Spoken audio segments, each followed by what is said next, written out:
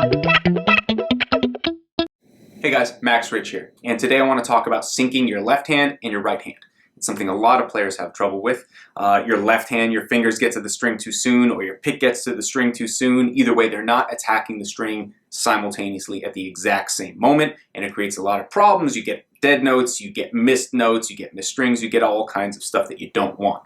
And if you're trying to play faster, if you're trying to play cleaner, more intricate finger patterns, anything like that, syncing your left and right hand is absolutely essential. So today I'm going to show you a couple exercises and things that you could do to help improve the synchronization between your left and right hand. But before I do, I'd like to ask, if you guys find these videos and these tips helpful, please like, share, and subscribe, tell a friend, and if you're feeling generous, please take a visit to www.maxrichmusic.com, hit the donate button, and send a little something my way. It helps keep the content flowing, helps keep these videos and lessons up to date, and helps keep me providing you guys with tips and things that I had to learn the hard way. I didn't have YouTube to learn all this stuff. I had to figure it out on myself. But you guys do, so let's get into the exercise. Basically, what we're going to do, we're basically just going to run through an entire set of finger patterns. Basically, every combination that you can possibly come up with using your 4 fingers, right? They're listed right here. So, if you notice, it's every single finger combination, and they're listed in groups, in 4 different groups. All the combinations starting with your first finger, all the combinations with your second, all of them with your third, and all of them that start with your fourth, right? So, for now, I'm just going to basically do the first one, which is just 1, 2, 3, 4. Very simple, very easy, but I'm going to show you that you guys definitely need to do this with all the finger combinations. And what you should really do is you should just pick random ones. You know, you close your eyes and you put your finger on the paper, you know, on the list, and whichever one you land on, that's the one that you practice with, and then you switch to another one and that sort of thing.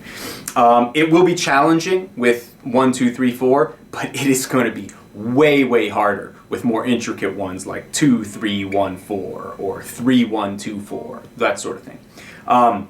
So to begin, we're going to set our metronome to 60 beats per minute, right?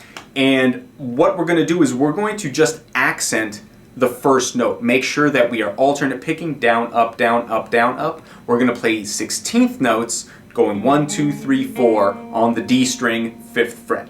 So it should sound like this.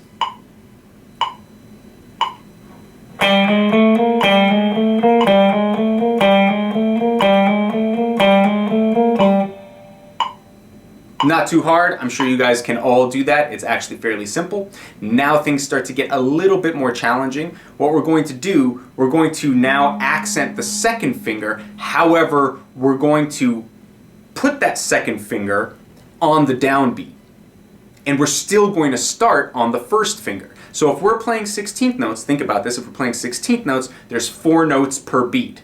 1 E and That's 4, right? So we're going to want to put the middle finger, the second finger, on the beat, which means our first finger, the finger that we're going to start with, has to be the last 16th note leading into the downbeat. It's a pickup, right? So if you're thinking 1 E and the first finger will be the of those. So it will be the last 16th note before the downbeat, right?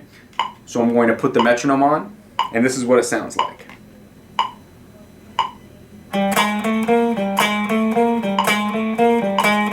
Let me get a little more volume here.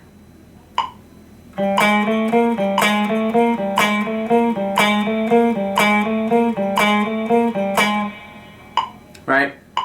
Not that hard, not the end of the world, especially at a slow tempo, but remember, this is 1, 2, 3, 4. If you start including some of these other fingerings, you're going to see very quickly that it's going to fall apart, and you're going to have to work on this, right? So now we're going to do the same thing, finger 3. So we're going to lead into the downbeat, which lands on finger 3, with 2 preceding 16th notes.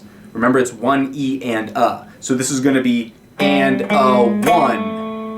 Now the trick to this is making sure that your downstrokes and upstrokes are in the right spot, meaning that whatever note gets the downbeat, that note has to be a downstroke. A downstroke equals more of an accent than an upstroke. Almost always that's because you have gravity on your side when you're using a downstroke, right? So you have to kind of plan for that accordingly, right? So if I have 2 pickup notes That means I have to go down, up, down to make sure that my ring finger lands on the downbeat. Right? So here's my ring finger on the downbeat.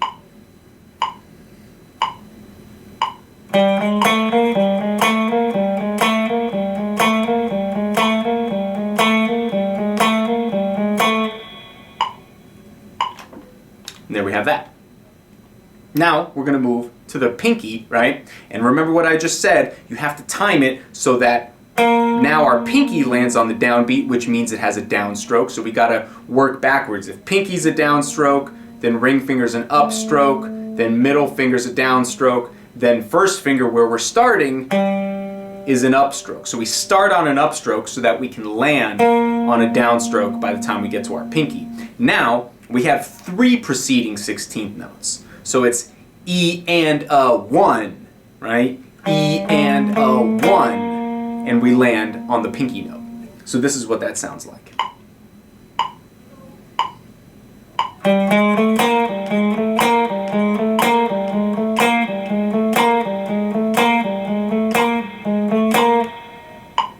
Right there.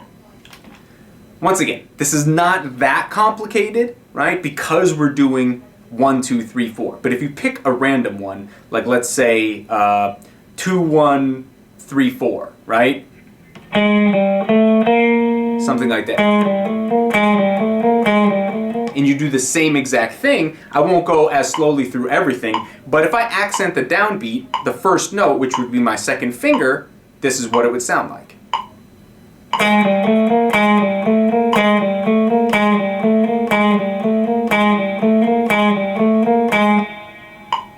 Now, if I were to accent the next note in the pattern, which the next note in the pattern 2, 1, right, means the 1 has to land on the downbeat, and the middle finger that comes before it is the last 16th note. A 1, E, and a, right? So that's what this sounds like.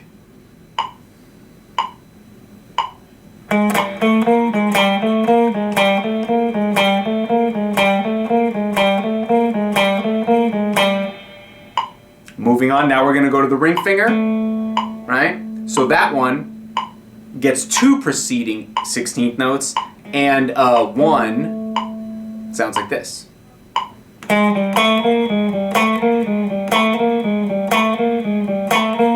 Right? And then the final one gets 3 preceding 16th notes.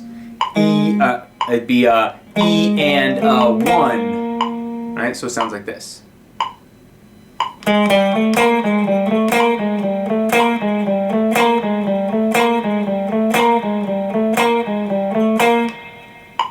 Right? This one is maybe the second easiest one or the third easiest one. The finger combinations that you end up choosing will very, very dramatically determine how successful you are at doing this, right? It's not going to be very easy. But I encourage you to do this because learning how to sync your hands and learning how to sync your fingers using all the variety of combinations. Like I said, 1, 2, 3, 4 is easy, 4, 3, 2, 1 is easy. But all the middle ones, all in between, 3, 1, 2, 4, 2, 3, 1, 4, all these varieties are going to like throw you for a loop and be very, very challenging. So I suggest you pick one and you kind of stick to it and you build up speed and you work up into this, right? Because ideally, you want to be able to play 16th notes at, say, I don't know, 120 beats per minute. We're about half that speed right now, right?